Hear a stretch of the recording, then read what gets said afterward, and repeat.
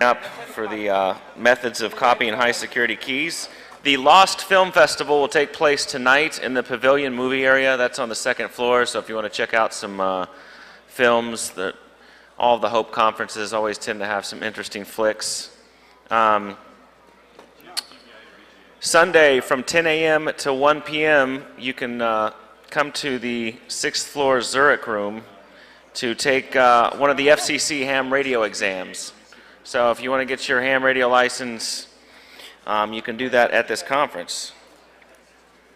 Also, DVD sales of all the talks at every discussion that goes on at this conference. You can buy a DVD right out here in the vendor area on the 18th floor. Also, some people have inquired about the bizarre artworks that are hanging up at the different rooms. Those will be for sale at the end of the conference. The artists who put those together, Rob T. Firefly and Gray Frequency, did those out of the kindness of their hearts, and a couple people have inquired about purchasing them. There's, thank you. Evidently a lot of duct tape was involved with the assembling of it, but those will be for sale. So you can go to the info desk downstairs and give your name and say that you're interested in taking one of those home with you. There's a dual purpose to this as well, which means they don't have to load them onto a truck and take them back home. So you can make your best offer. Also, just a reminder, if you could set your cell phones to vibrate just so it doesn't disturb the conference.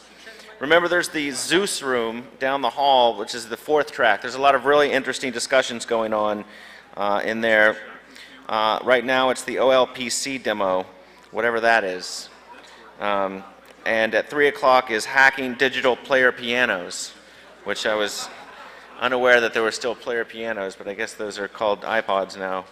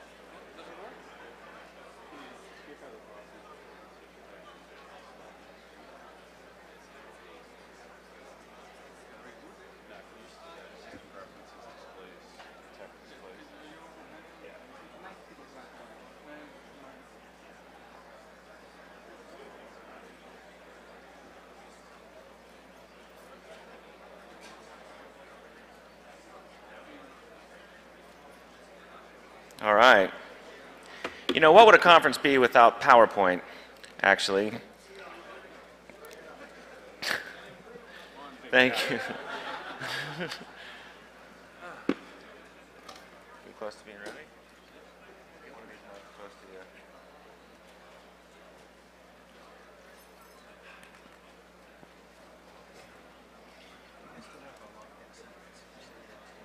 We do. Maybe you want to have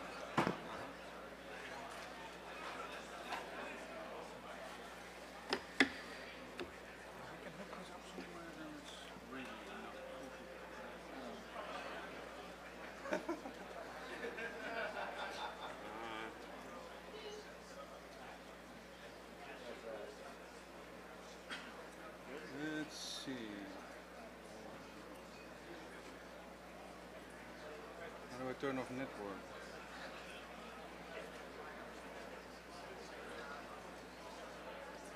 I don't know. Are you getting hacked? All right. Think you're ready? Okay, I'm ready. What's the name of the organization downstairs that has The Lockpicking Village. It's near the Lockpicking Village. All right, we're going to get started. I've known Barry Wells for several years, and he has hooked me up with a fantastic lockpicking set that's come in handy quite a few times. Also, if you follow some of the more geeky blogs, every now and then you'll see his name mentioned as he's discovered some amazing new lockpicking hack. These guys are at a lot of hacker conferences around the world and encourage you to check out some locks, some picks. They'll guide you through some of the tricks on picking those locks. And down in the Lockpicking Village on the second floor, they've got sort of a workshop, and you can also buy some of the lockpick sets. I highly recommend them. This is Methods of Copying High Security Keys with Barry Wells and Han Fei, who is sitting down there inexplicably. All right. Give it up for Barry Wells.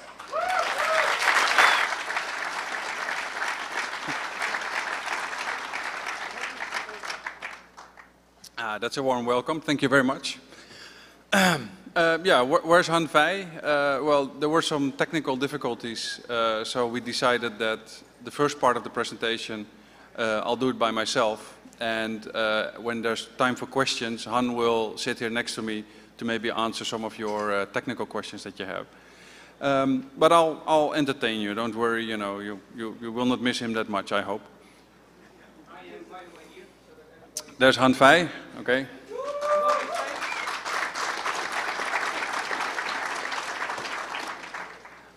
Autographs after the session for him. But anyway. Okay, here we go. Yeah, the thing is, as was explained earlier, I've done quite some lockpick presentations, and I decided there was time for something new. I mean, I always try to come up with a new thing to talk about in the lock area, and you can keep, you know, going with lockpicking and lock bumping and all that stuff. But I thought, you know, let's do something that's, I think, not being talked about much, and that is copying keys, copying high security keys, and how easy and difficult is it to actually make copies of pieces of metal, because that's actually what a key is. So first things first, what actually is a key? We all have several keys on our keyring, but what does a key do, and how does the key operate, and why can one key operate the lock and the other key cannot, while they almost look the same? That's simple because in most mechanical locks the key push pins to a correct position, and if one of these pins is not pushed correctly, as I will get back to later, this is annoying. How do I turn this off? What's that? Your peers are open now. Okay, I don't, okay. Yeah, so I'm thinking of how can I disable my Wi-Fi network. Anyway, don't hack me, please. Okay. Anyway, what the key mostly does is inside the mechanical lock, it will move some elements and unlock it. If one of the elements in the lock is not in the correct place or in the correct angle, the lock is not going to operate. And yeah, that's what it does. When I'm doing the presentation, I will talk about locks in the American way, the American protocol, the way the lock is. This is for a European lock, this is not standard, because in Europe the lock is mounted upside down. But in the US the locks are mounted up. And since my first experience was with American locksmith books, you know, I always follow this protocol because this is how I grew up. So that means that we have a house, plug and a pin, and we have bottom pins that are actually in the plug, and we have house pins that are actually in the top. So if I say a top pin, I mean pins that are in the house. I hope that's clear.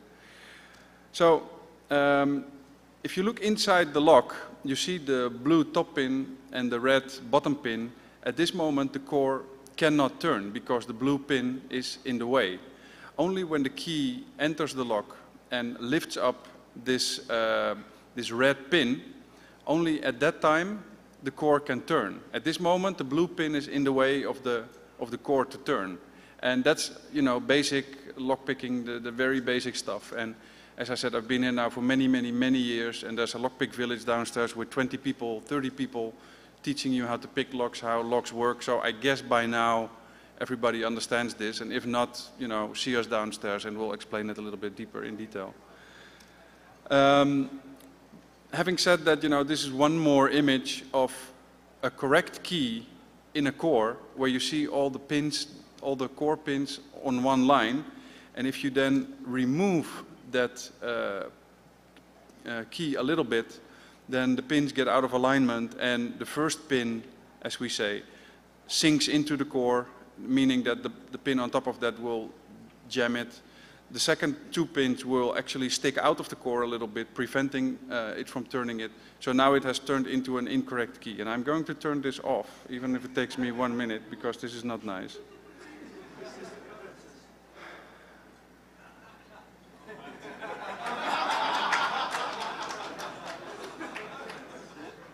Yeah.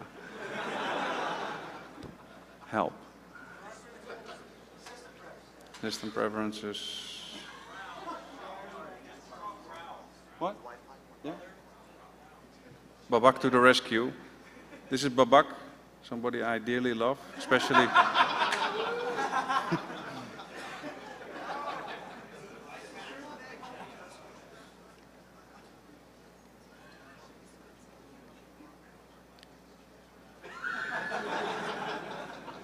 You want a no network, right? I want no network, right. Piece of shit, Mac.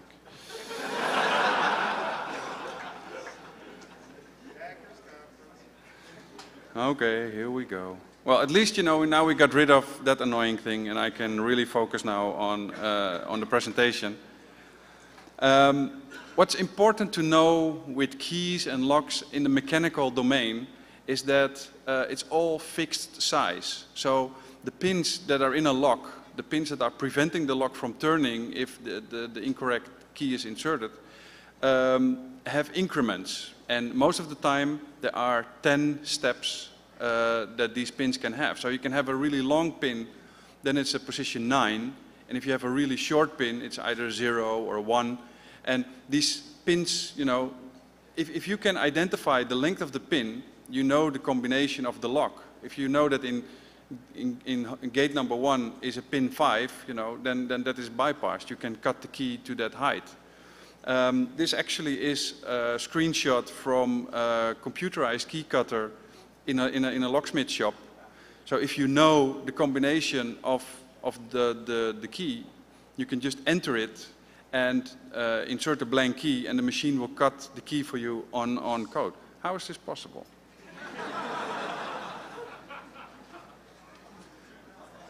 Anyway, turn off growl. Okay, I think it's done by now. Okay, so having said that, you know, it's very important to realize that the depths in a key are not random. If you look at these keys, they have fixed steps, and also the spaces where the cuts are in is also a fixed length. Now, what methods did the lock industry come up with to protect people from copying keys? The most clever one is they do patented tricks in the key. So they have some patented mechanism that will do something extraordinary that they have a patent on. And in that case, you know, only they are allowed to make the blank. So it's a legal protection. It's not a technical protection, it's legal protection. Really, a locksmith, if he makes a patented key, is really in a lot of trouble because you break a patent. You're not doing something naughty. It's another thing that they do, and it's sometimes combined with patents, is adding special elements in the key that key cutters normally cannot copy. So at first, you know, we started with these dimple keys, the keys that have the holes in them. And at the beginning, you know, for locksmiths, that was really a big deal because they couldn't copy it. But then a couple of years later, there was so much demand for a machine that can do that, that they made a machine to copy dimple keys. And then they made dimples that were not fully drilled. And, you know, it's a whole war going on between the manufacturers of these machines and the lock industry. They also like to add, you know, things that are special to that lock. Sliders, magnet, cuts in an angle, floating elements. I'll get back to that all later. Another thing that they do is assign an exclusive profile. The profile is the shape of the key. So if you look at the tip of your key, you know, I've noticed that in the US it's mainly a straight line with maybe 1 or 2 small angles in it. And that's nothing unlike in Europe where, you know, a key goes zigzag from one side to the other. and really has a lot of different shapes. But I've seen that in the US, a lot of the Schley keys and the Primus keys, no, not Primus, the quick sets, it's all a straight line with maybe one or two, so that's nothing special. But what the lock industry does is they assign a special exclusive profile, an exclusive shape of the key to a specific locksmith. They say, okay, listen, we will, give you this exclusive profile. It will not be for sale for anybody else, and we will just not hand it out to anybody else. But it doesn't mean it's protected by a patent. If I want to make that key, that there's nothing legally, as far as I understand, preventing me from copying that piece of metal if that's not patented. But yet that is done often, especially to big dealers, big locksmiths that have their own profile, or to a project. If you have a school or a hospital or whatever, they will get an exclusive profile that can only be sometimes even requested only by the keys can only be made by the manufacturer. Now, these methods mentioned above will only prevent copies made at the local hardware stores or at the, the local locksmiths. Because if you're really determined, I don't know if you read the latest 2600 magazine, I wrote a small article on copying keys that are a little bit difficult to do. It was a youth experiment, so maybe you want to read it up. But if you're really determined, you can make copies of metal, pieces of metal, because that's what the key is. And Han and I have been in a lot of lockpick or locksmith, lock manufacturers, in a lot of companies. We looked at, let me think, drifting off. We visited a lot of lock factories. And if you see how keys are made, the keys are made, 1 second a key. Bish, bish. They really grind it out of pieces of metal really fast. And so if you expect as a lock company that, a thing that you can make in 1 second with your high-tech machine, somebody else can never copy, that's a wrong assumption. Because it's, at the end of the day, it's only a piece of metal. Now, the most simple way to decode a key or to copy a key is to look at the key if it has a registration number like an SH4 for Slake or whatever. If you can identify what type of blank, what type of profile is used, and it's mostly written on the key. And the next step is to just measure up the depths of the cuts. And if you know that, you can go home and you can have a file and you can have a blank key and you can cut it. Or if you have access to a computerized machine, you can cut it. And it's really nothing more than, if somebody can determine how deep a specific cut is, the game is over. If you don't have something to measure the key by and you have access to a key that you want to copy or that you're interested in high security keys it's really funny because they have a lot of zigzag lines, especially in Europe. And as you can see on this Winkhaus key, there's a lot of lines, there's a lot of changes in the profile going from left to right. And you can actually use that to read the key. You can say, okay, the first cut is actually right in the middle of the first groove that you see. And the second cut is actually much deeper, and the third cut, etc., etc. So with these lines, you can more or less identify roughly, even if you don't have access to something to measure it, what the combination is. And a skilled lockpicker, especially people from Toool and in Germany, if they have a peek at your key for 1 second, it's lost. They know high, low, high, low. Okay, that's it, And they know what to expect, and that really is intelligence. Then your system is compromised. If people with some knowledge look at your keys, then... Now, another way to make copies of keys, if you cannot take them with you, is to make a detailed photo. I mean, photo cameras getting smaller and smaller, or a Xerox copy. And Xerox copying really works well. It's an almost one-on-one copy. You can go home and measure it and have a look on where on the lines the cuts are. And as you can see here on the Winkhaus lock, this is just a standard photocopy. Just the first run, I just made a photocopy. And as you can see, once you photocopy this key, you can spend 3 months, figuring out how to make a piece of metal that will fit the lock and how to cut it exactly to that depth. But at the end of the day, if people have access to a mechanical key for a very short time, the whole system can be compromised. Another method that I heard of,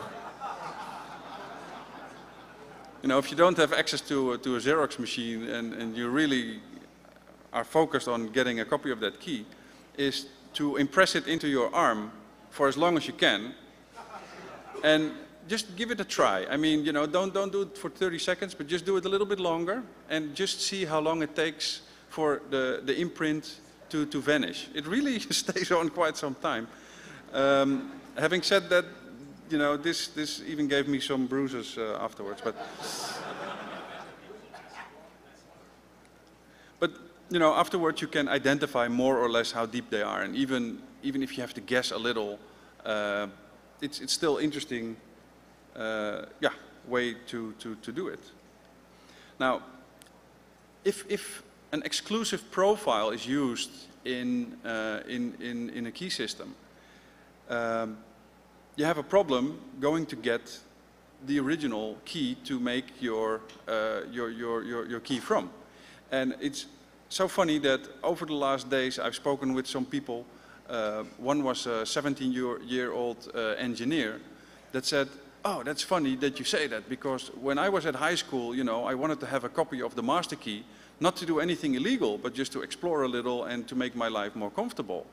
And he said, what I did was I called the janitor that my key was inside and that my door was locked, and he came with the master key, and I took a peek on the master key and saw in what positions it was different from my key. I thought, wow, that's amazing. And then he recognized more or less where the cuts were that were different, and then he removed his lock from the door and looked at the pins and laid them out. He just took his own lock out of the door, looked at the pins and said, okay, on these 2 positions, my key is too deep. The key that he had, couldn't be turned into a master key because they were too deep.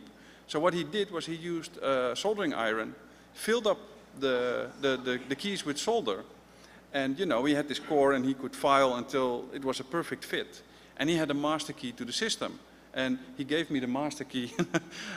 He was kind enough to give it to me, and I don't know if I can put it under here. But let's just go with the presentation, and we'll see later if I show them.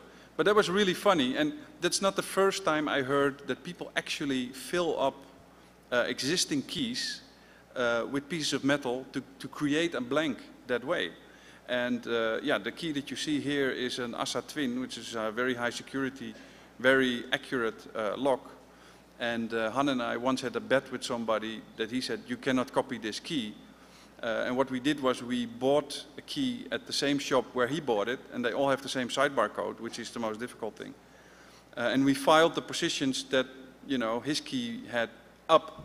And what I actually used is I used pieces of a nickel to cut V-shaped pieces and solder them in with hard solder. So I used a little bit different technique.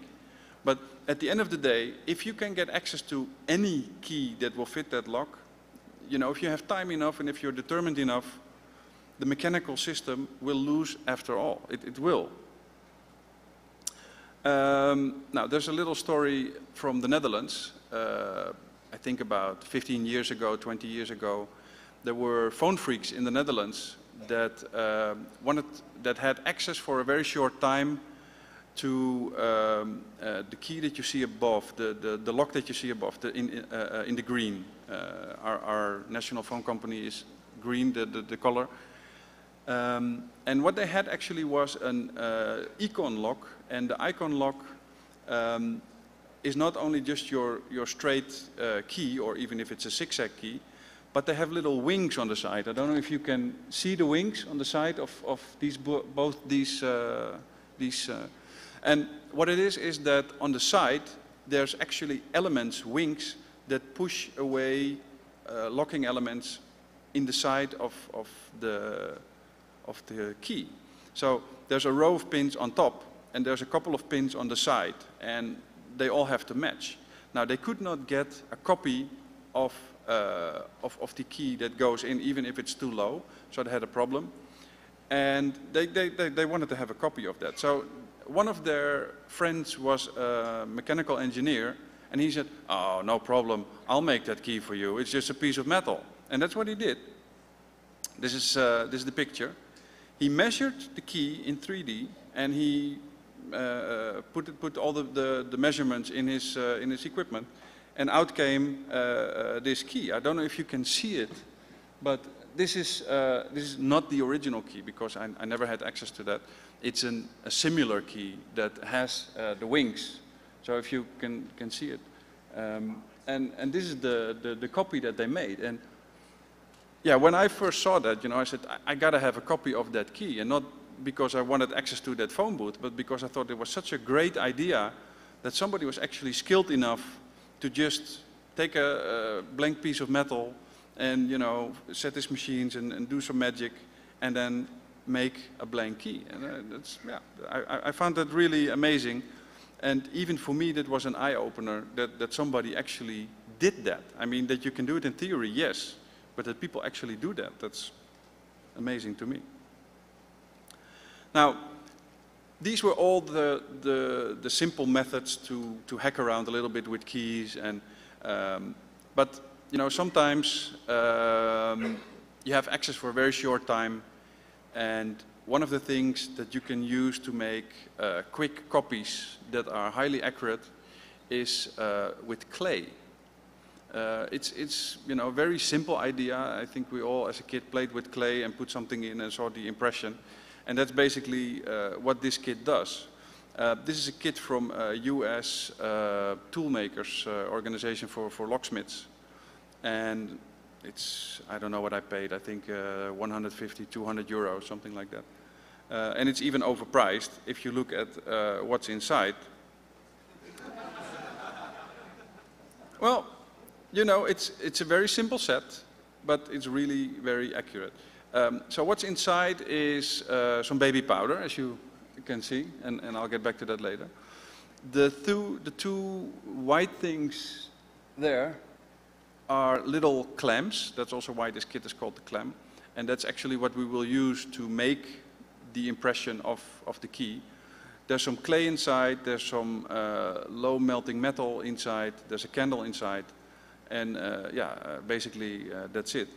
I think you can more or less imagine how it works. I had the idea to, be really daring and use this this video stand to do it step by step, but I decided not to do it because technique is not my best friend these days. So I decided to just make more or less a sort of a photo thing on how this works. So if you want to make a copy with this clamp kit, step one is to take one of these clamps and open it, get some of the clay, mold it, just mix it a bit, and have your key ready. Then you separate the clay and you fill out the two halves of the clamp. It's really straightforward and really simple. And then with the, I don't know how you call that, but then you separate the top remaining layer with that knife or with that sharp edge. And you do that on both sides. And what you then do is, if you would now close the clamp, both sides would stick together. So it would not be possible to remove them easily. And that's where the baby powder comes in.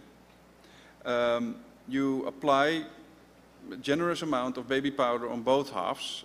On one half I already smeared it out, on one half it's there. By the way, I flew in with this stuff through customs, and I was like, from Amsterdam with a bottle of baby powder and plastics and clay, and but it worked out, they let me in, and I'm always surprised if they let me in, but anyway, you can see where this is going. Then what you do is you gently press the key into one of the halves. You don't want to push it in too deep. You just want to push it in to the point that it doesn't fall out. So you have to make it stick a little bit. That's what you do. Now, then, you know, I can make 10 steps in closing it, but this is, yeah. You close the clamp, and you really press tightly. Now, if you then open it again and gently remove it, you can see, and I don't know how good this beamer is, but here on the screen, you know, it's really, really, really accurate, the impression that is left in this silly clay.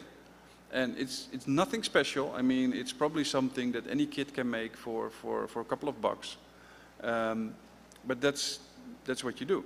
Now, what you do afterwards is you close the clamp, you heat up some of the metal, you pour it in. While it goes in, you tap it a little bit so the air bubbles come out, and then you will have your key. I mean, I could have made all these steps as well, but then, you know, my 2 hours would be up by now. So I decided to let you have something left for your imagination. So we tried this on a wide number of keys, especially since we came here. Han, who has a huge collection of locks, picked up some of his most high security locks from Europe, from the US, and that worked in almost all cases. In almost all cases, we were able to make impressions of these pieces of metal, pour some low melting metal into the impressions, and have a working key. Sometimes it required a little scraping off edges, you know, sometimes it's not perfect. But especially if you scrape off some metal and you have an eye on where to scrape off the metal, you know, you will definitely be able to make it. But in some cases, it just works straight out of the box, nothing fancy. So this is an easy way to copy keys, even the high security ones, as you can see now. Some people have been bashing on Medeco all conference, so I thought, you know, we might as well include them. No, but I think Medeco actually makes very good locks, and it's, yeah, almost a pity that these guys are in that corner that they are in now. Having said that, you know, the things are as they are, and in high security applications, they have a serious problem as far as I'm concerned. The Medeco lock that you see, or the key, has got angles in a cut. That's the thing with Medeco. They don't only lift pins to a position, they also rotate them in a position.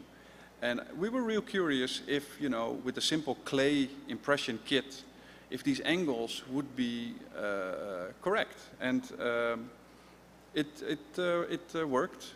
We did have to modify it a little bit at position 5. The metal was not perfect there, so, you know, to be honest, it didn't work out of the box straight away, but with a little modification it worked. And I'm quite confident that, you know, if you try it more, or if you get a little bit even more experienced with using this, that you'll have a fairly good chance of making an impression and making a working key this way. Now, another key that we copied is the Schlage primers. And Schlage primers is really top of the line at the moment, I think, in the US. It's one of the most difficult to manipulate lock. And also the key copying, you know, they're very proud of, Han showed me a brochure saying, often imitated, never duplicated. And they are right. It's a very, very, very high tolerance lock. So if something isn't right, the lock is not going to open. The sidebar profile that you see over there actually picks up a pin, puts it to a specific height and to a specific rotation. These are called the finger pins, and you can see them here, hopefully. And it's really an ingenious system on locking and unlocking, and it's one of the top line. And Han wrote an article about it. It still has to come out, I see. More information on ASA Twin Systems Part 2, and I think you're now only at Part 1, right? Yeah, I need to tell some information about Part 1. It's okay, it's okay. Well, yeah. Later, you know, if there's time left, Han can answer some of the questions or talk something about it. Now, the funny thing is that we managed to make a copy of this Slake Primus key, and as you can see, you know, it looks the same. But what was really funny is that there were actually holes in the key where these angled cuts are at the bottom of the key. But still, the key worked out of the box without any modification. You know, it worked, and we're really surprised by that. But sometimes, if the metal in the key is getting very thin, the liquid metal that you're pouring in cannot fall in all the way, or doesn't get in all the way. And even while tapping it, sometimes the metal is not there. But in these cases, still the key works. Now, one of my personal favorite locks is the EVA 3KS. It's a lock that's mostly unknown, I think, to people in the US. But it's like a watch almost. It's really high precision. It works with sliders, so there's no pins, but there's sliders that have to be elevated to a specific height. There's multiple tracks, as you can see, in the key. 3KS stands for Dreikurvensysteem, which means in German 3 curves system. Actually, they're only using two really variables.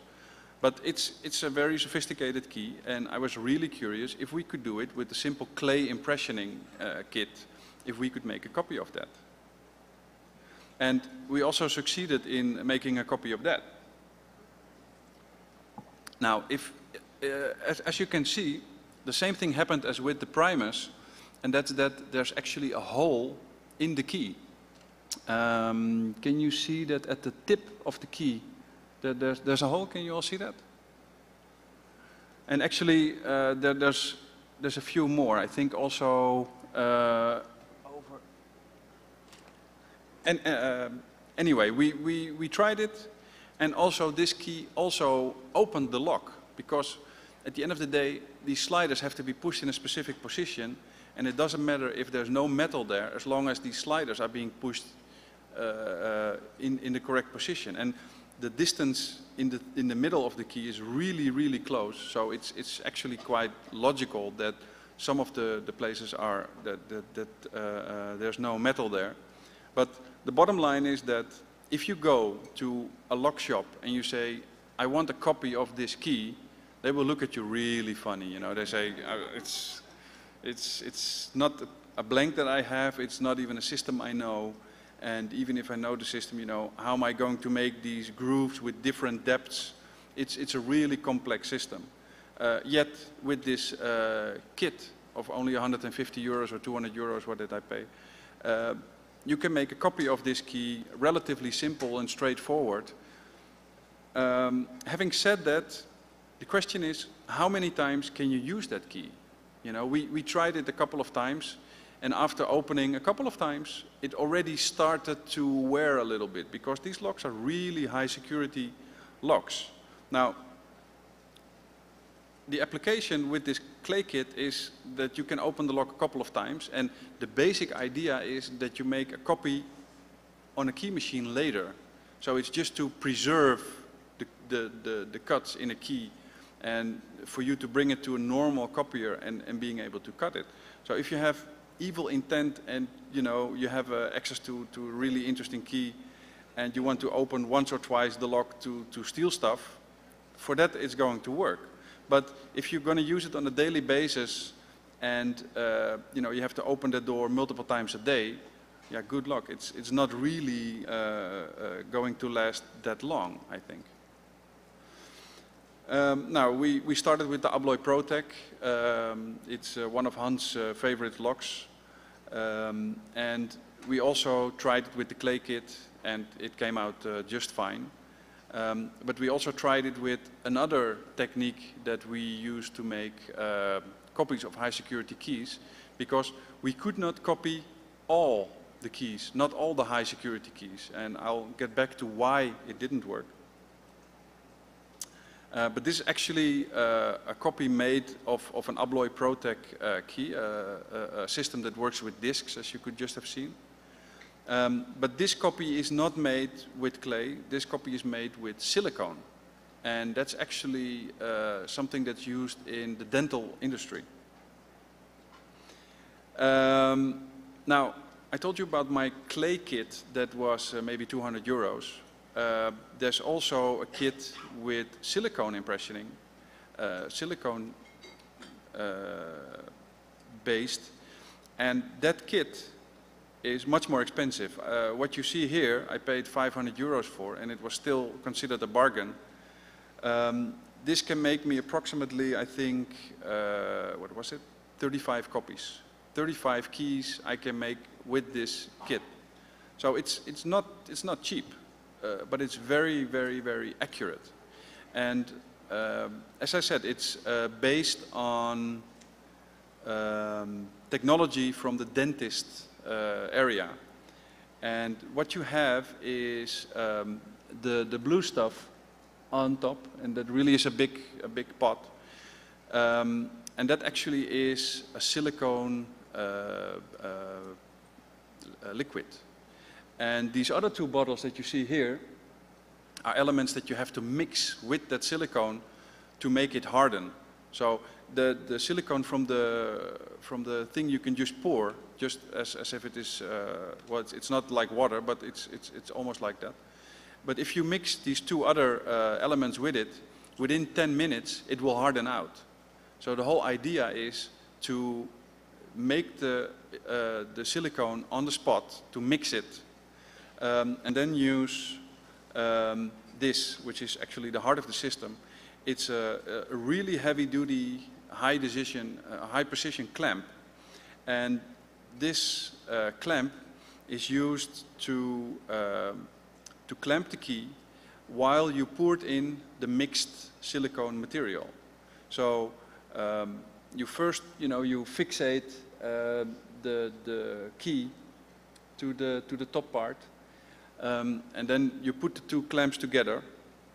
You mix the material, you pour it in, and then with the leftovers, you paint the key a little bit. You make sure that there's no air bubbles in there. So if you have this blue goo, you really apply it as well as you can to that key, and then you stick it in and let it wait for 10 minutes. And if you then remove the clamp after 10 minutes, there's this hard piece of silicone, rubber actually, that's what it is. It feels like rubber. And it's not stiff, it's flexible, yet it is extremely exact. The only problem is that your key is still inside, and how are you going to get that out? As I said, after 10 minutes of waiting, you can open it, and with a knife, and that's why the steel shape is so important, you cut away, you make an incision into this silicone part, and you can remove the key. Now, if you cut precisely, it will work out just fine, and you can make really, really, really excellent copies of high security keys with it. And it can even do some keys that you cannot do with clay. For instance, since we came to the US, we wanted some high security locks. One of the high security locks is a Sargent Queso lock. And with the Sargent Queso lock, there's pins coming from 3 sides. Pins from the left, from the right, and from the top. You can see over there on the left that is the case. That's what the key looks like. And it's also a high precision lock. The slightest error will not open the lock anymore. We tried it with clay, and the interesting thing with clay is that if you make a copy with clay, it will work fine, except for the side pins. The pins that are on the side here. So it's not the pins on the top, it's not the pins on the bottom, but on the side. As soon as you remove the clamp, if you open the clamp, you will destroy your impressions from the side. And with the silicone-based material, you gently cut at the edges, and it will work out just fine because it's flexible. We managed to make a copy. It works fine, and yeah, it shows that with the silicone thing you can do keys that cannot be done in a different way. Han and I visited Vienna a couple of weeks ago, maybe months. Time flies. And there's a company called Kaba, and if you talk about locks made like a watch, you know, these locks are made like a watch. It's so exact, so precise. It's really, really, really one of the most high tolerance locks that I know. They have more than one pin in there. They have sometimes up to 22 positions where pins are from 4 angles. And the pins are really small and really pointy. And if you try to pick it, you know, we of course try to pick it. If you put tension on it and you start raking in and out, the lock will all of a sudden start to run less smooth. It's very easy to disturb the lock if you damage it, or you know, if you do these kind of things. But it's very difficult to pick it. It's very difficult to manipulate it. And it actually was the reason that I bought this silicone impressioning kit, because you know, we were going to that factory and I just wanted to have something that I could break their locks one way or the other. So yeah, that's what I did. But I was really annoyed that I couldn't make this key with my clay kit, because what happens, and you can clearly see it here at the bottom. I'll point it out for you.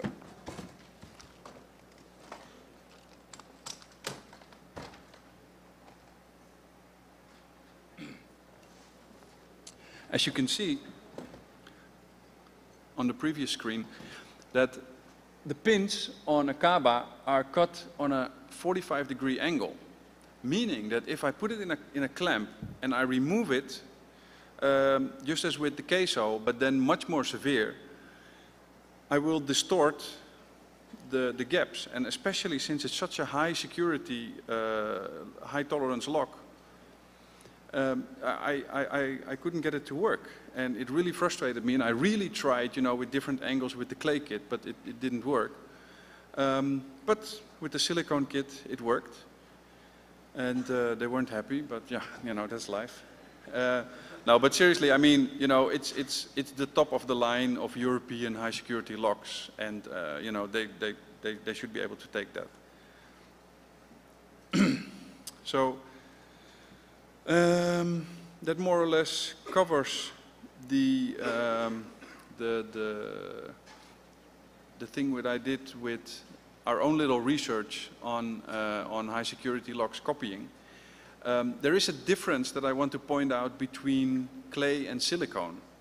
The clay kit, if you prepare the clay and you prepare your clamp and you somehow manage to put it in your pocket, you can make an impression of any key that you can get your hands on in 10 seconds. You know, you put it in, you squeeze it, you take it out gently, you stick it into your pocket carefully, and you know, off you go, and you made your copy.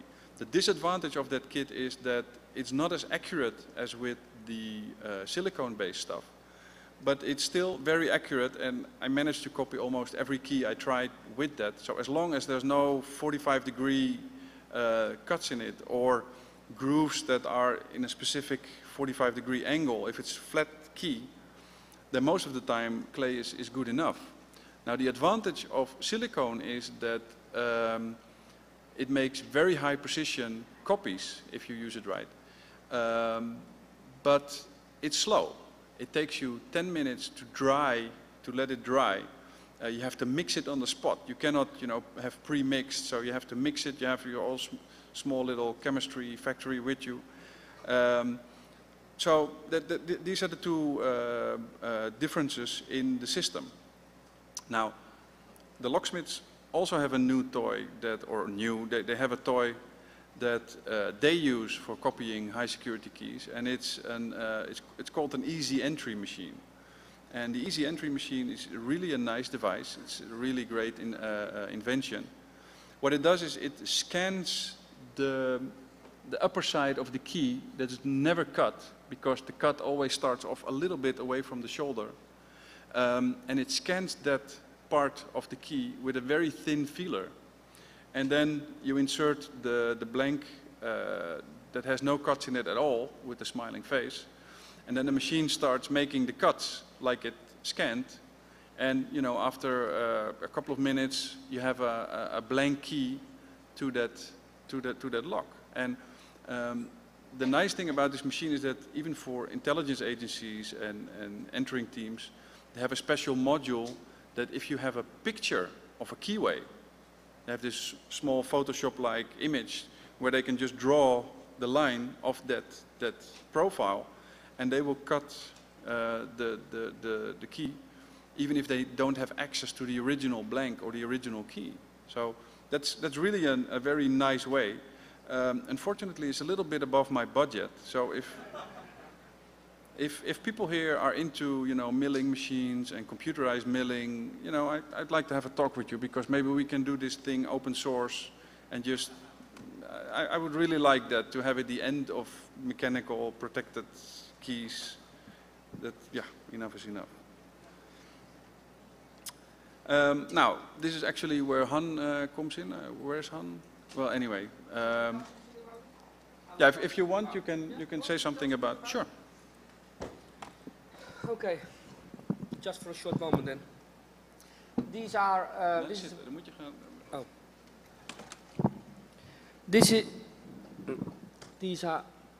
These are some locks out of my collection, and these are keys which are impossible to copy with the silicon or with the clay kit. Reason why they are impossible to copy is the fact that they have movable elements or that they have magnets in them. And you can see, for example, the multi-lock left above. Everybody knows that. There is an interactive element in it, and some part in the lock must be lifted up to release a certain pin to let the plug rotate. Another trick we see is, for example, is for example the EFA MCS. That's a cylinder with 4 magnets in it. Then we have 8 magnets in it. Then we have the Bricard number 1, which has a floating element in it in the top. Then we have the FTH, which have a floating or a springed element in the tip of the key. Can you point it, Barry? Here, number 3. No, below. That one, and then the tip. You see that tip? That tip is springed. And therefore, that key cannot be copied by molding. We have here the bilock, also known, I think, by a lot of Americans. Below there is an element which rotates or makes a 90-degree rotation to push something in the lock. And then we have the Motura, which here the number 1, which have a magnet in it. And the most curious thing, the most curious key I found in my collection was the number 5, and these were the zipper locks. Zipper locks. So it's the same thing you close your pants with. And as you can see here, it's a key which exists of loose elements, just like a zipper, flexible elements which go into the lock and which go into a labyrinth in the lock, and then it moves that way like a fish, and then it sets the pins. So it's a very extreme and strange lock. It's a manufacturer which does not exist anymore because the locks were too expensive. I don't know if you have more sheets for me, buddy. Okay, then I can go.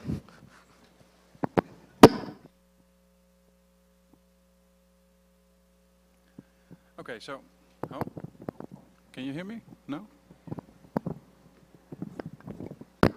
Okay, it does work. Yeah, so these are some keys that we couldn't copy with this technique.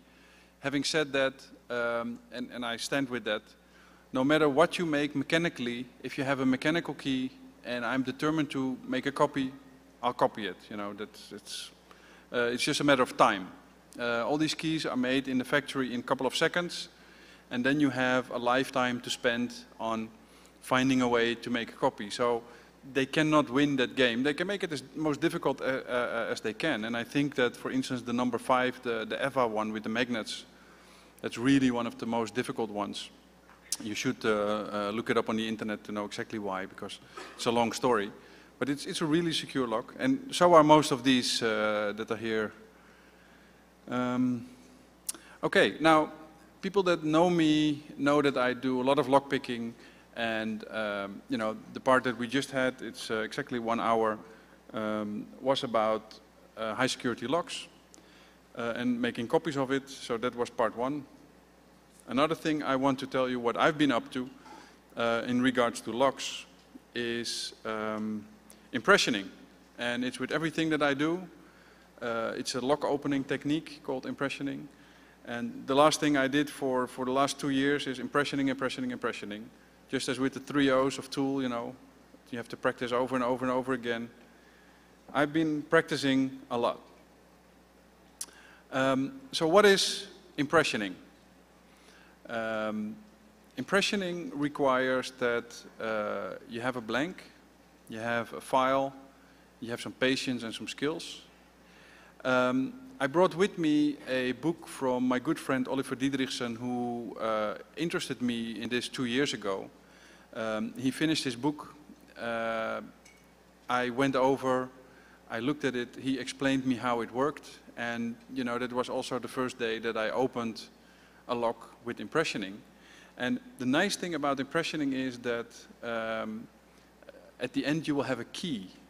So once you have bypassed the lock with impressioning, you will have a working key. And it's very useful for locksmiths and non-destructive entry teams, so government teams that are allowed to search your house or place stuff in your house or whatever. They're allowed to open your locks.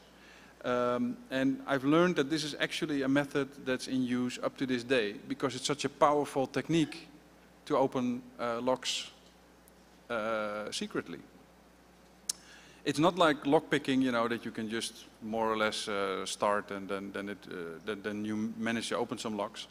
It requires quite some skill and practice, and but the upside is that if you succeed, you have a working key, and so you only are challenging the lock once, and if you win, you have won forever. While with lockpicking, if you open a lock, it's great, you can close it, and then you have to go all over again.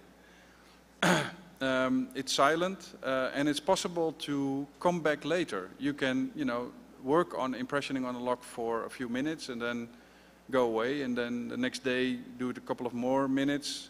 And for non-destructive entry teams, that is an appealing thing, that if you try to pick a lock, if you go back, the lock is reset. So what is impressioning? Now, this slide is from a different presentation, so remember the binding pin doesn't make much sense because I didn't talk about lockpicking yet. But what happens is that if you have a lock and in this position you want to turn it to the right, the lock is not going to open because the blue pin is in the way, right?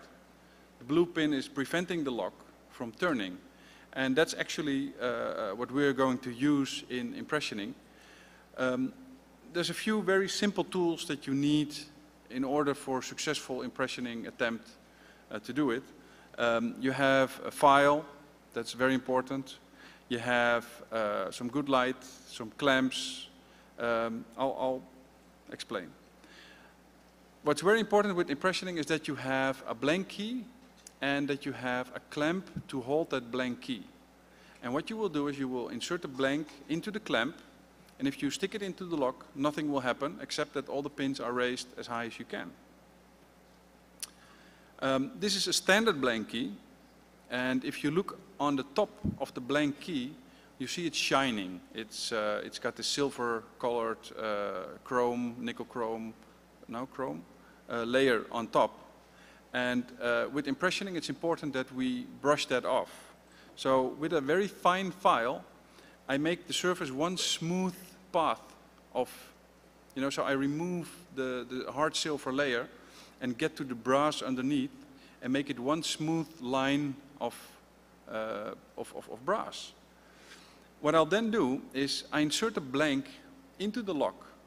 I'll turn it to the right, and by turning it to the right, 1 or 2 pins will be jamming the lock from opening. As we know with lockpicking, if you turn to the right, it's not all the pins that bind, it's always 1 or 2, maybe 3 pins that bind. So you turn it in, you turn it to the right, pins say, okay, I'm stopping you from turning. Now, with impressioning, you start rocking your key up and down a little bit. Now, it's in the lock, it's in the keyway, so there's not a whole lot of play. There's only a very minimal movement that you can make. However, the pins are jammed between the house and the core, and if I try to make a movement, something has got to move. So it's either the key that's got to move or it's the pin that's got to move. Well, I use a little bit more force, so I will actually lift the pins up just a fraction of a millimeter. It's very little. However, that will make a dent in the metal. And that will tell me later, hey, this is where a pin is jamming.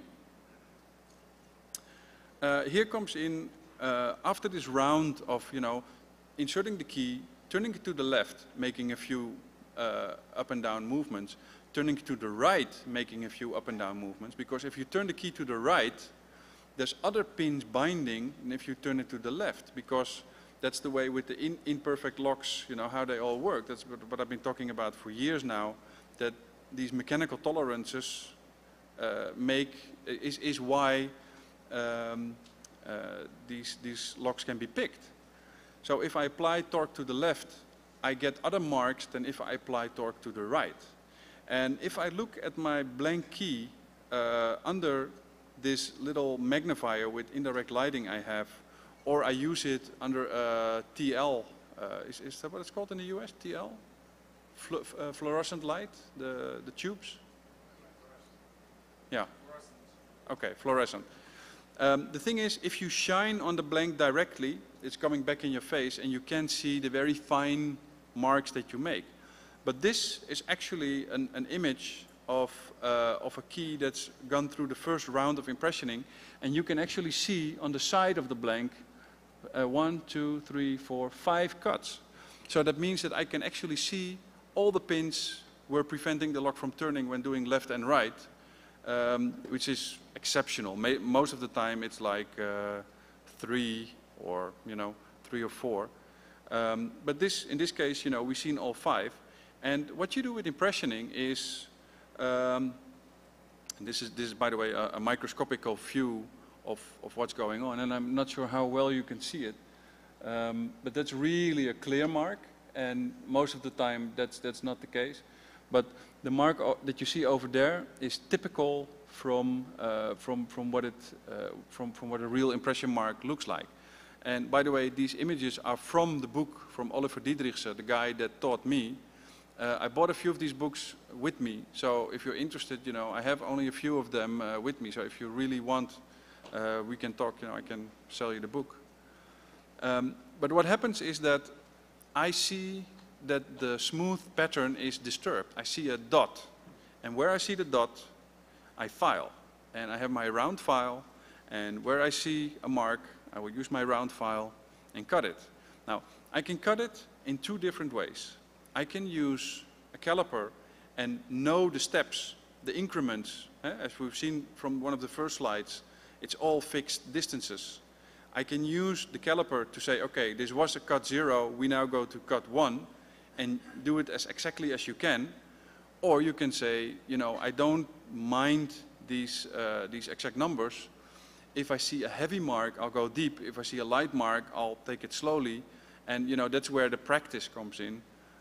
Once you learn how to read these marks, you know how deep to file. And if you see a mark, you file them away. If you don't see a mark, don't touch it. That's the basic protocol in impressioning. If you are looking with your little optics, and you think, is this a mark or is this no mark? Is this, you know, maybe pollution? Is this, what is this? Don't touch it. If you will file it away, the bottom pin will go below shear line and the top pin will start to bind. And then you lost. You can never go back up again. So you have to be careful, whatever you do, you know, don't file too deep, because then you lost forever. You cannot win the game of impressioning anymore. If in doubt, leave it, because once it, you know, if it's a 5-pin lock, if 4 pins are in a row, you know, the number 5 will scream with a very big mark saying, okay, here I am, you know, this is where you have to file. And if it stays that vague, is it the mark, is it no mark, leave it like it is. Another thing that you have to train with impressioning is don't use too much force. I mean, it's relatively easy to break the brass blanks. At the beginning, you know, I broke them like matchsticks. But now I hardly ever break them anymore. And that's because I've been practicing a lot. This is actually my first successful key. And I was really thrilled that after meeting with Oliver, I went home and I tried it. And my first try, it worked. As you can see, there's a little crack here on the shoulder side. So, you know, I was lucky that the key wasn't too deep. If the key has got a lot of 9s and 8s in it, it takes you much longer to do it. But for 12 months after my first successful key, and that is, you know, impressioning, I've been making at least 1 successful opening a day with this technique. Just because I think it's so much fun, it's so nice to be able to do it. And I studied the subject. It's not only that if I have a blank, I can open the lock. It also forced me to study, you know, what locks are out there. What is a popular lock in the Netherlands? What can you expect if you go to a door? Because nowadays, I assist a 24-hour lock service in opening doors if people lost their keys. And if it's in my area, they sometimes give me a call, you know, okay, this sounds like a very nice guy, you know, go help him out so we don't have to drill the lock or whatever. And I have with me 50 kilograms. I don't know how much it is in pounds, but 50, it's now, it's not 15, 1-5. Okay, it's 30 something pounds with keys that have strings of 3 keys per profile that I'm about to expect. If it's not a popular profile, and 5 or 6 when it's a popular profile. Because, you know, if you spend 3 keys on a lock and you don't open it, it's at least 10 minutes per try. You know, that's the bare minimum. So if you haven't opened the lock after 30 minutes with impressioning, it's useless anyway.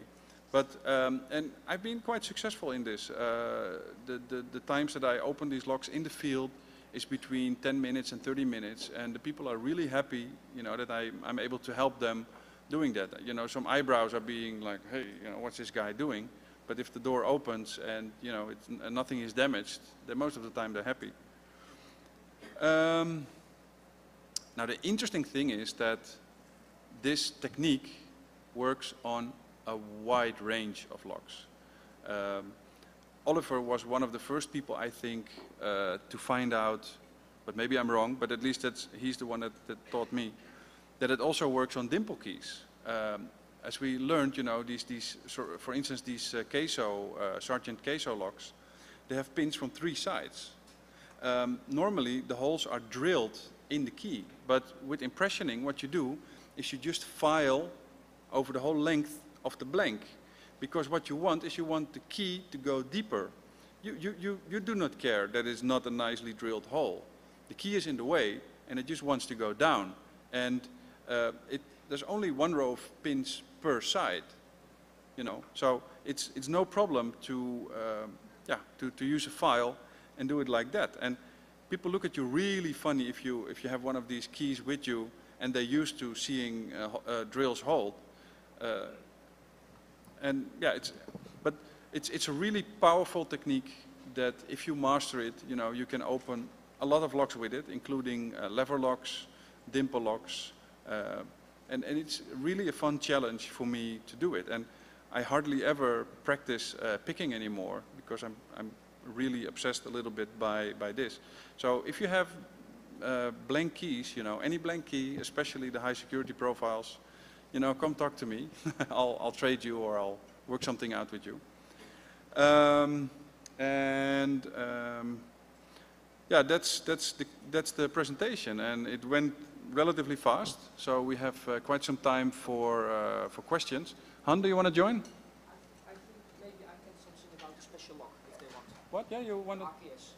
Okay, if you're interested, Han can do a small presentation about the special lock. That's the robotic key system. So I think that maybe that would be a good idea. Sorry? Let's say that we're asking questions until he's setting up his laptop. Can somebody assist him with setting up the laptop? The last technique that you just showed. Right. The old school way of doing that was to also take a match and deposit some carbon on the key. That's correct. And that way you could see this a little easier. How does that compare to what you're doing here? Right. Is that really just impressioning too? What you're saying is indeed that the old school locksmiths, and that's also the booklets that I read, they use a candle and what is it called? Carbine? Carbon. So you get a black deposit. The carbon that comes off of the flame is used to blacken the layer. On the other hand, Oliver found out that if you have a brass blank, the brass is much softer than the pins in the lock, and they will make an impressioning because, you know, the steel pin is bound, and you're going to push it up with something that's much softer. It will make a mark. So there's no need in using ink or carbon or whatever into that. And I know that in the books it says, you know, use a candle and do it, but he tried it for a long time, all these techniques, and he really studied it. I mean, you should read his book. It's really good. And it's not necessary if you have a brass blank. Right, maybe the blanks weren't brass back then. Yeah, maybe if it's steel, you know, it's much more difficult to mark. But thanks for the question. Just to clarify, that the carbon technique was used with really old warded locks, where you had a steel blank and a steel lock, and you're trying to figure out where the lock is blocking the key from turning. Nowadays, if you try to use carbon or Sharpie magic marker, whatever, the pin force pushing down is enough to rub off the Sharpie, so you won't get any markings at all that are of use, because all pins will always mark. I had a question about the magnetic keys. Okay. When you see the magnets inside, is the only thing that you have to worry about polarity? Is it either just plus or minus, or are there variations? The nice thing with the magnetic key system from EVA, what you're talking about, is the round magnets, is that inside is a disc, and the disc is on a spindle, so it can freely rotate. If you insert the key, it will take this freely rotating disc, and it will position it in a specific way. And on one part of the disc, there's a little cut in the disc. And if all the discs are aligned, and I have with me a cutaway version of this system. So if you meet us downstairs at the Lockpicking Village, I can show you the internals of that lock. And you know, it's a beautiful piece of art. Great, thank you. You're welcome. Eric. Sorry. Little Eric. Okay. Have you tried modifying your high security? In jouw PowerPoint even opladen. Dus Waarom? omdat ik hier ook wil lezen. Okay, give you a second to get your computer sorted out here. Dat kan niet. It's not possible. The USB plug goes into the USB port. Yeah. I love you.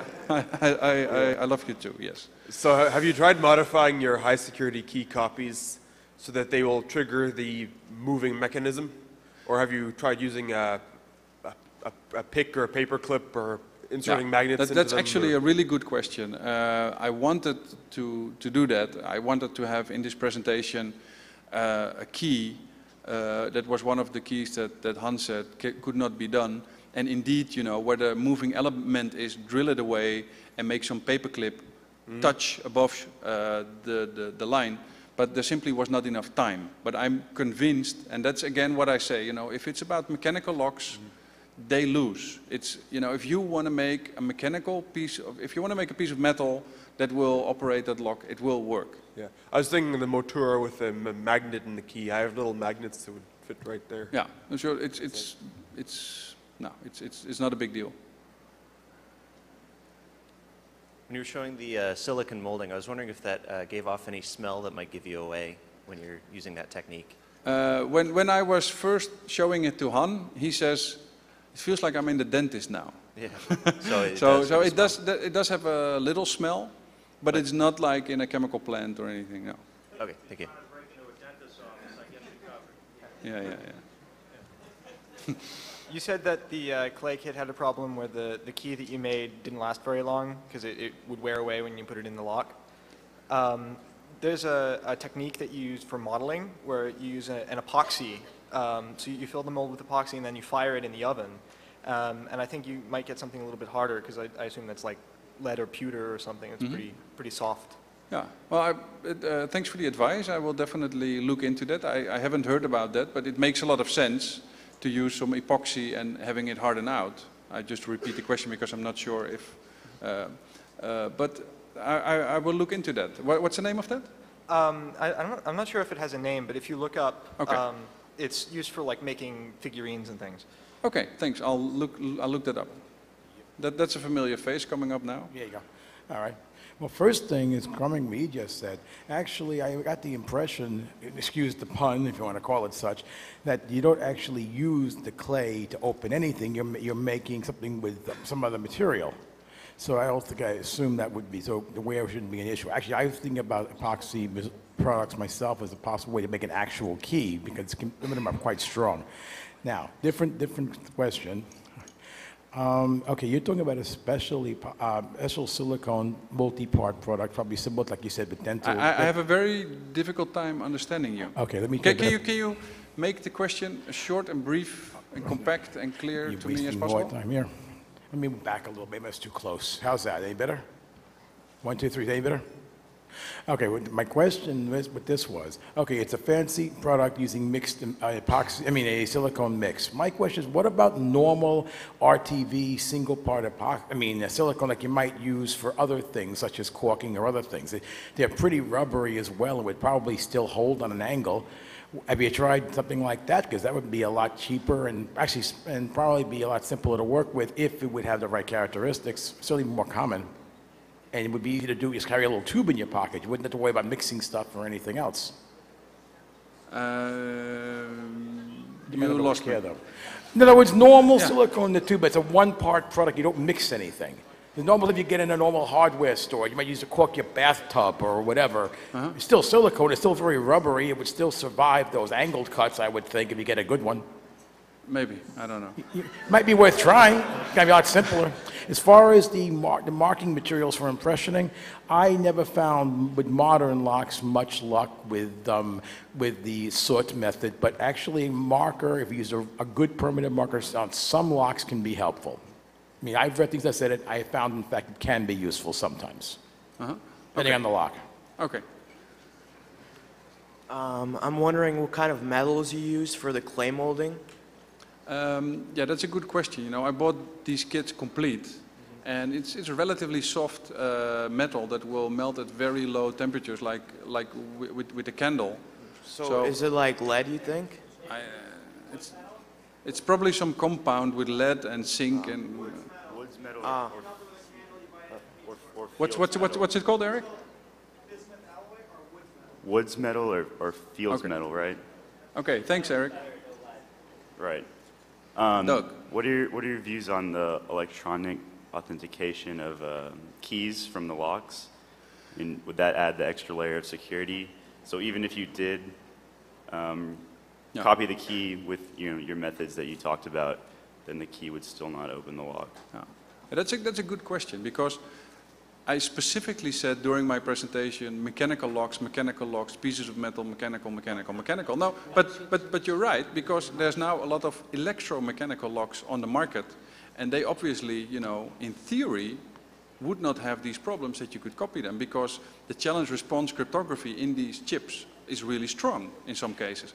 However, if people read my weblog a couple of weeks ago, there's people out there with very, very sophisticated, clever, simple techniques to bypass some of the electromechanical locks. And at this moment, as we speak, we're in close contact with one of the biggest manufacturers who have an electromechanical lock that can be bypassed with a simple ring with a few magnets, that if you twist the ring in the area, in the surface of this electromagnetic lock, it will unlock the electronic part, because we don't know exactly why that happens.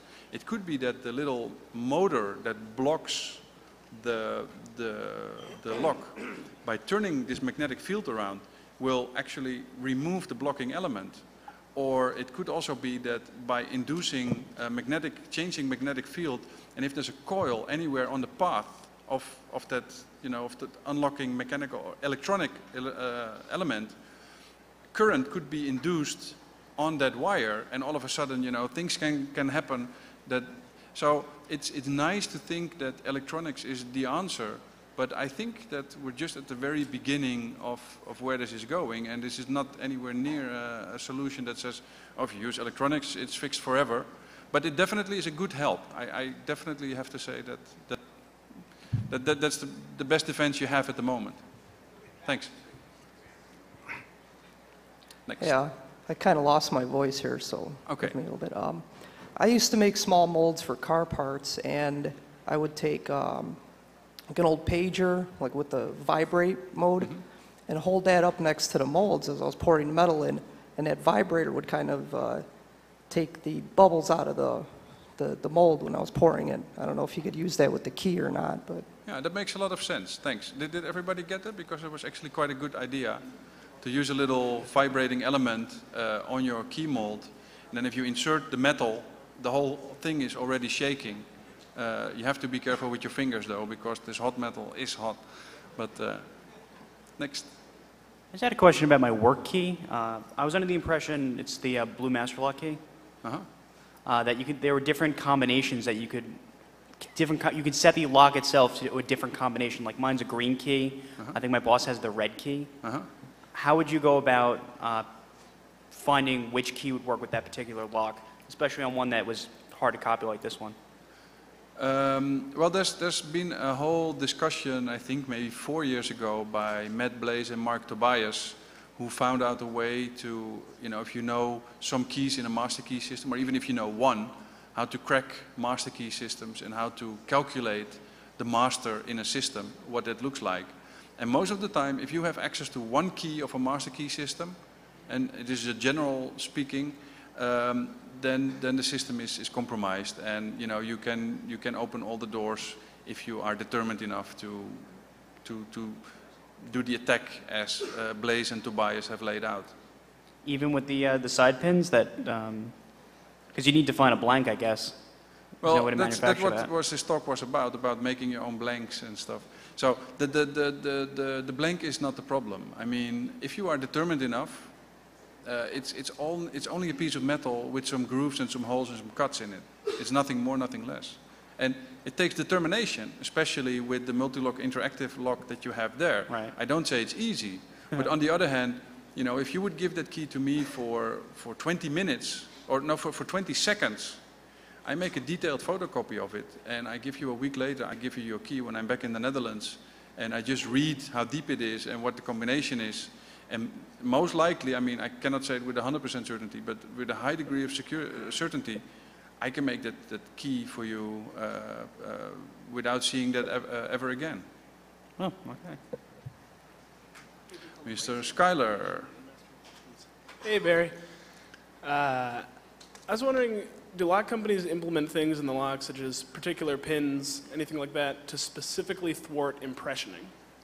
Yes, there are some pins. For instance, Dome makes a pin that is a bottom mushroom pin. All the mushroom pins are top pins normally. And with picking, that's very frustrating, because then you pick and you have the idea, aha, the lock is turning, but actually the mushroom pin is in the way. And Dome makes these pins bottom pins. With impressioning, you never have problems with mushrooms.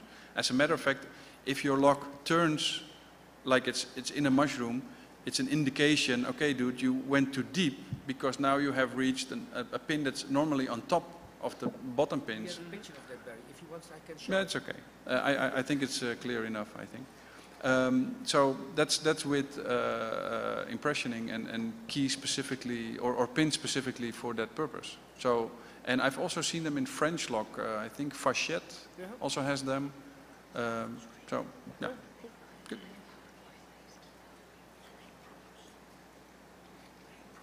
Wat moet je nou toch, man? Niks, jongen, niks. Next. Hi. I've been noticing that a lot of the European keys are actually a little bit more secure than the ones in the United States, just by your presentation, for example. I'm wondering, how easy is it to import European locks into the United States, meaning like buy one from Europe and get it mailed to me in the United States? Well, you should talk to Han about that. Han is an expert on that field. He also can maybe deliver some US-shaped high-security locks. Yes. And after the presentation, just meet up with him downstairs at Lockpicking Village, and it will work out. All right, thank you. That's fine. Yeah? Okay. Okay. Can you switch this on? No, in your laptop. Why? Because I like that.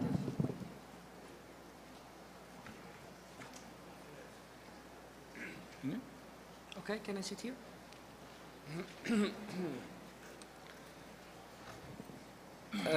My English is not that good as from Barry. I first will go to the correct sheet. Okay.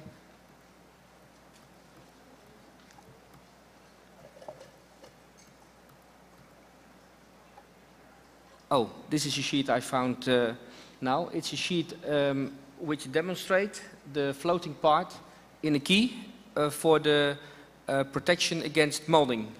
I don't know if people are interested, if they want to know how that works. Yes? Okay.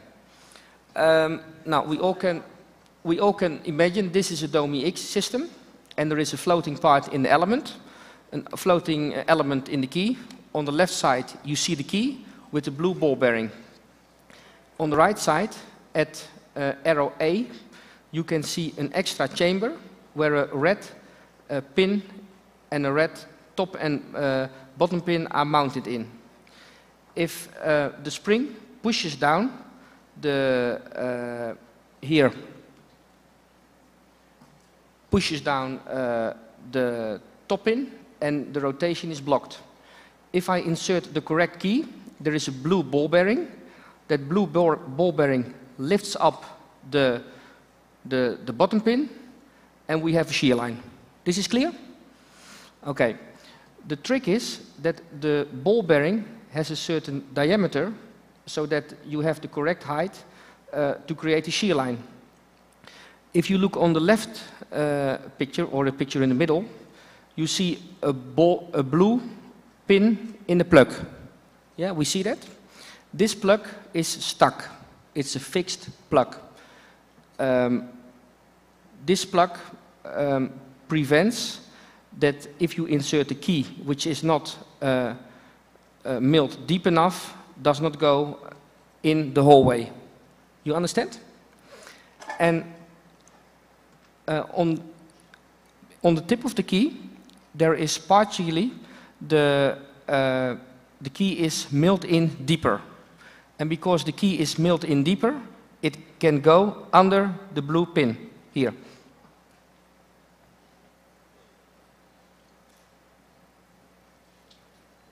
So everybody understands, so that now you can insert the key, and but if you insert the key, wait, I will point it out as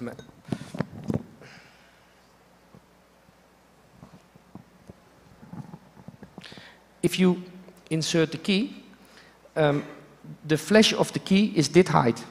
This height. I assume you all understand that.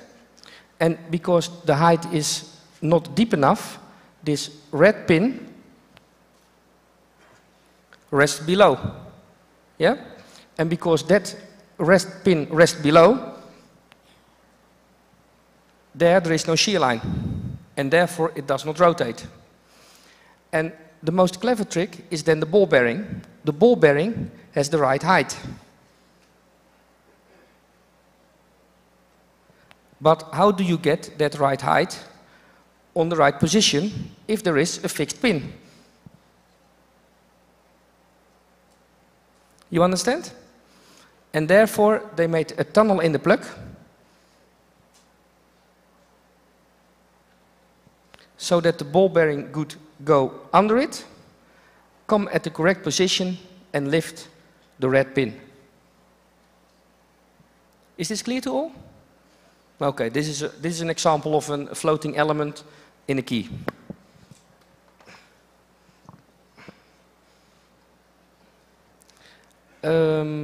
This is an example Barry showed before, this easy entry picture.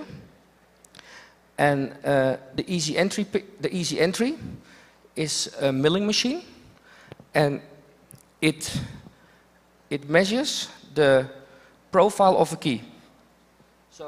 So it scans the key here, and it puts it somewhere in the software, and then a mill is activated, and it makes a copy of the key here. It mills those tracks on the key so that the key will fit in a lock.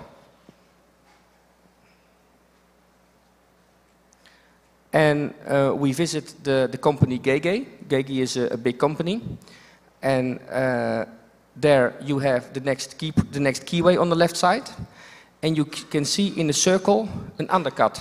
Yeah, it's a part in the keyway which sticks out. If you look straight on the key, you can see that the key looks like this. That's an original key. If you then scan the key with the easy entry, you scan the key like this.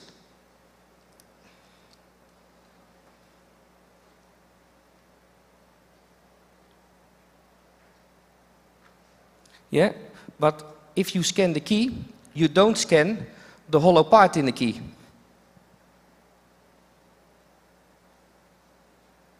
Yeah, that part does the machine not see. Is that clear? And because the machine does not see that part, he just makes a key like this. So the black part is solid. Yeah?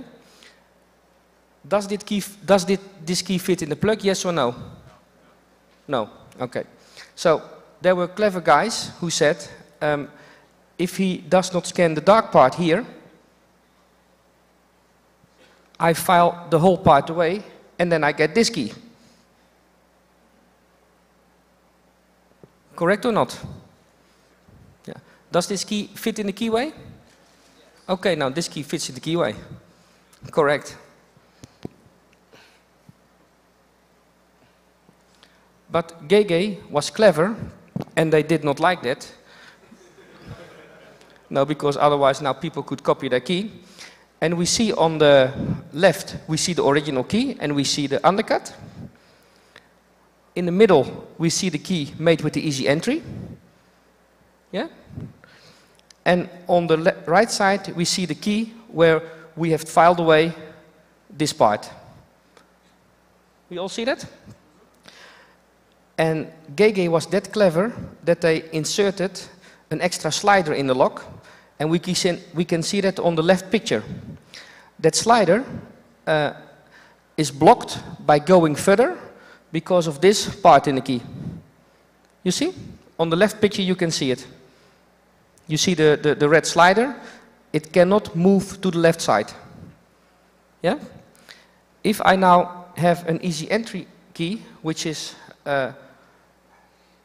faked, and I milled this away, the slider goes in. Do we all see that? And then the rotation of the key will be blocked after 90 degrees. Okay? This was just in short. What? What do you say? Can you defeat that some other way? We didn't. We didn't find a way till now. Yeah, okay, keep it in the middle. You know, shall we make the questions later? Okay? I show you in short some experience we've had about bump keys. Oh, this is the pin Skylar referred to. This is an example of an Domi X. And I think it's, yeah, you cannot see the details of the pins, so let it be.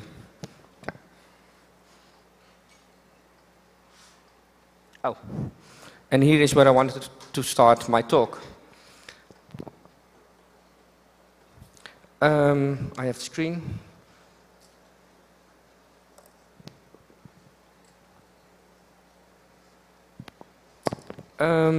Wait a moment.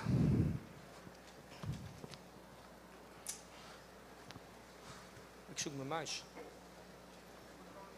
Yeah, okay, easy. Now, I now want to tell something about the RKS lock. And RKS stands for Robotic Key System. This RKS system is developed by Stanton Concepts. It's an inventor who lives in Stanton, nearby New York. And it's the world's first open source locking system. And I am then referring to the key. The key is motorized, as you can see there. And therefore we call it also a robotic key.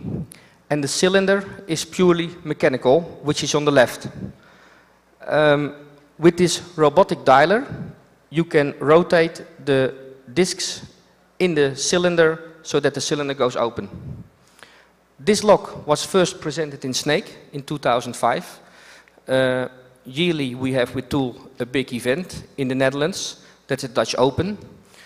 During that event, people from France, Germany, United States, United Kingdom and the Netherlands come then. A lot of lockpickers and a lot lock enthusiasts. And the inventor demonstrated there his lock.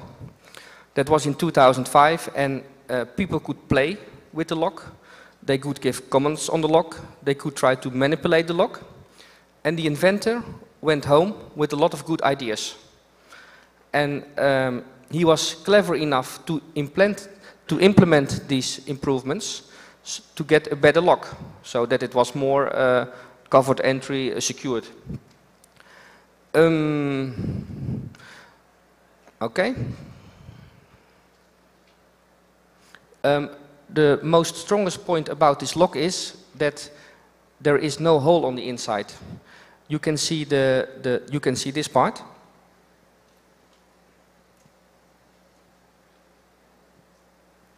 On this gray part comes the dialer. That's the tip of the dialer. And if that dialer is placed on the cylinder, it starts rotating. And just like a combination lock of a safe, or just like an Abloy Protec, the discs start rotating, and one by one they get in the correct position so that the locking bar can drop in. Yeah, it's a very special mechanism. Now, these are some overthoughts the inventor had. He developed this lock in first instance for the container transports, because he said there were some problems with the containers. There were cases of key lost, etc. And you can imagine if you have a container and you ship this from China to the United States, how do you then handle with the customs en route? Because as we all know, the customs has the authority to to inspect the container between China and America. And the point was, you could put a lock on it, a padlock, and then you could put the key from the padlock with that container, and then somebody could open the container with the lock, remove stuff from it, and close the container again, and place the key back. So that was not a solution, because it could not be tracked that the container was opened. And if you put a lock on that container, and you send the key to China or to the US, and the customs would check that container, they had to cut open the lock. So that was also not a solution, and therefore they came with seals. A very clever solution, but if you use these seals, after use, they are, you can throw them away, and they are not trackable. They are hard to track. And these were reasons to invent the RKS system. These are the parts in the cylinder. I will go, there is less to say about this. I think this picture is clear. And these are the parts in the cylinder in detail. I want to show how the cylinder works if I get this on.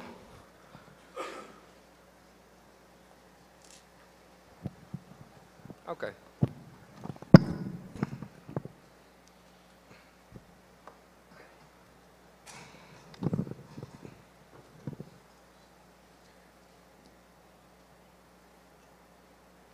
Here.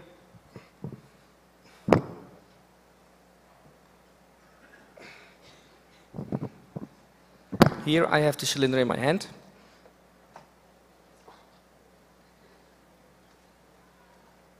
It's incredible. Here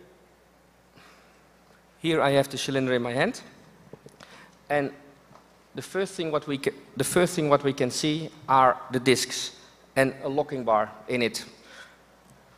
This is the front of the cylinder, and this is what we call a manual dialer. This manual dialer is exactly a dialer from a safe. We can place this dialer on the RKS cylinder.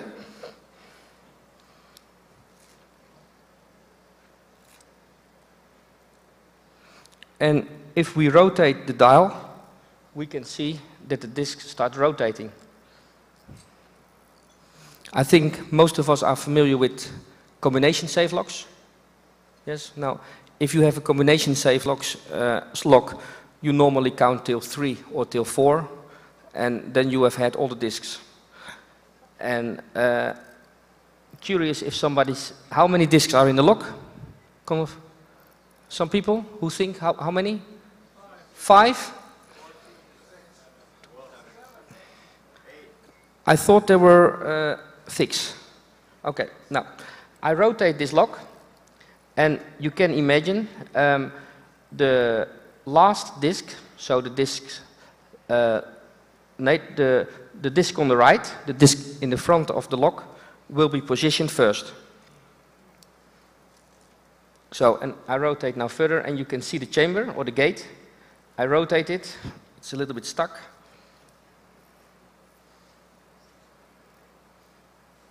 The first disc is now aligned. Can everybody see that?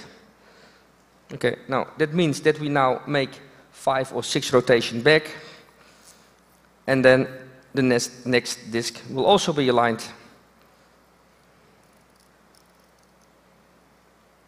Everybody see that? Is it sharp enough? Almost.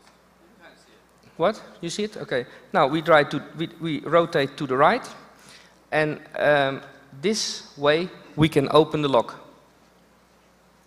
Is this handy or not? Yes. Is it secure or not? Yes, it's secure. Because if you can manipulate, it's hard to manipulate a 7 or a 6 disc safe lock. It's already hard to manipulate a safe lock with 3 discs. Yeah? So this is a very secure lock.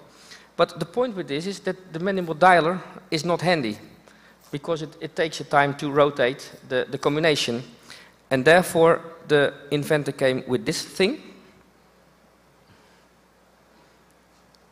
and that's what he called the robotic dialer. And I now will insert a robotic dialer on the lock, and then we will see what happens.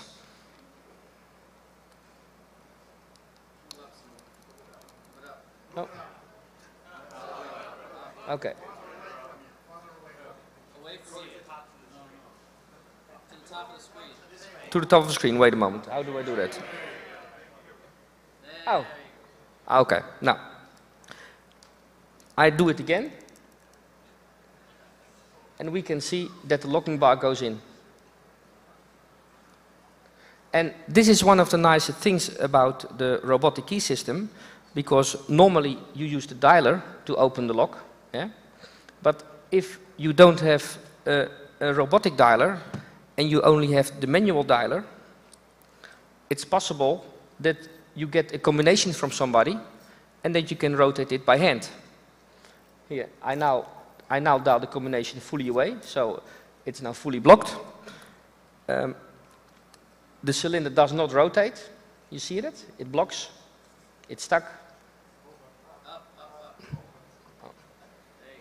It's stuck. I push in the knob of the robotic dialer. We see the key, the disc rotate. And the lock is open. Yeah? Point with this system is that the dialing instructions can come in by GSM or by GPS, etc. So this is the way customs can open that lock on the way. Yeah, there is a lot to tell about. There is a lot to tell about how the lock exactly works, because I only showed how to open it. And I think I can invite everybody to the Lockpick Village. There we have John Laughlin. John Laughlin is one of the inventors of this system. He has some stuff with him so that everybody can play with it, just like in Snake. And maybe there are people who have find a weak spot or whatever. Wait, wat zei je, buddy? Okay, now this was, are there questions about? Or are there questions now?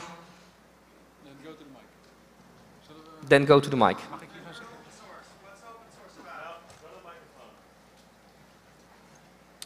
How do standard combination lock techniques apply to opening these types of locks? For example, that is an extremely good question. And I have an extremely good answer. No. Can I get the... As we all know, everybody who has dialed a combination lock knows he rotates 3 times right, 2 times left, 1 times right, 1 times left, and the lock is open. Yeah, that's the standard rotation of a combination lock. And therefore in the market we have dialers. Those dialers are automatic devices which you can mount on a safe, and you let it 3-4 days rotate and it dials exactly all the combinations with all the possible combinations, yeah? And this is a way to manipulate locks. If we look at the discs of this lock, we see 8 holes here. 1, 2. Yeah, there are 8 holes. In these 8 holes, you can mount a screw. And you can see the screws here. These screws have the function of the fly. And the fly in a combination lock is a part which sticks out on the disc. If I now rotate the first disc long enough, then the screw comes at another screw or another fly. He grabs the second disc and the second disc starts also rotating. Now that second disc starts rotating, it's grabbed by a next fly, as you can see here, and at a certain moment all the 5 or 6 discs are rotating. Because you can vary the position of the fly, because you can put the fly on 8 different positions, you also get a different rotation pattern. Yeah, so the rotation pattern is not 5 times left, 4 times right, 3 times left, 2 times right. Because of the changing of the fly positions, it's a very strange experience which I had when I dialed it, because you have, for example, dialed 4 times to the right and then take a number, and then 4 times to the left and dial a number, while it is normally 4 times to the right and 3 times and then 2 times and then 1 times. Yeah? But I advise everybody to come to the Lockpick Village and then you can see it yourself. Yeah? Other questions? Is there a date set when these will be available for purchase? Can you repeat that, Doug? Available for purchase. Purchase. You can buy. Now, the inventor has made 100 of these locks for test purpose, etc. And he also has the cutaway version with the manual dialer. And I thought for $125 you can buy the lock, and for $50 you can buy the dialer. And he has only made 100. They are all numbered uniquely. And I think they are collector's items. And they also, now beside the fact that they are collector items, they're also nice gadgets and nice toys for the boys.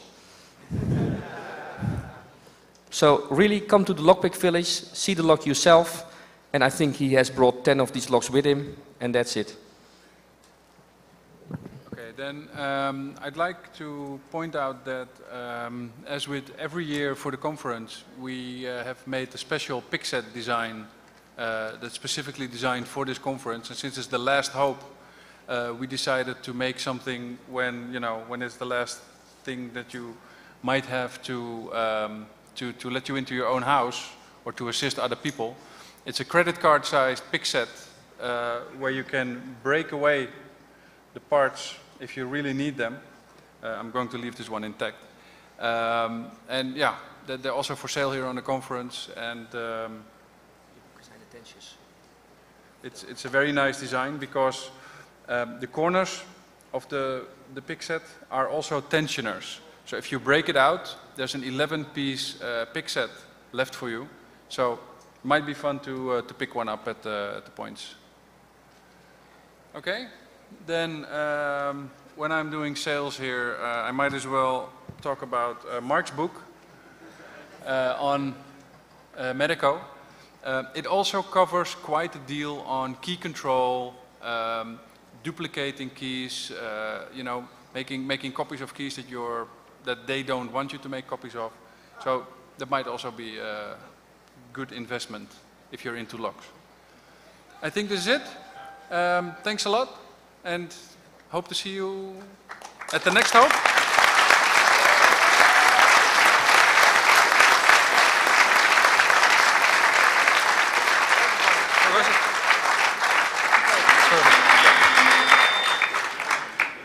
Coming up next in this room, for those of you that have ever traveled and got one of those really nice notices that your bag has been rifled through by the TSA, there's a gentleman who put a camera inside his bag and filmed what the TSA did with his bag.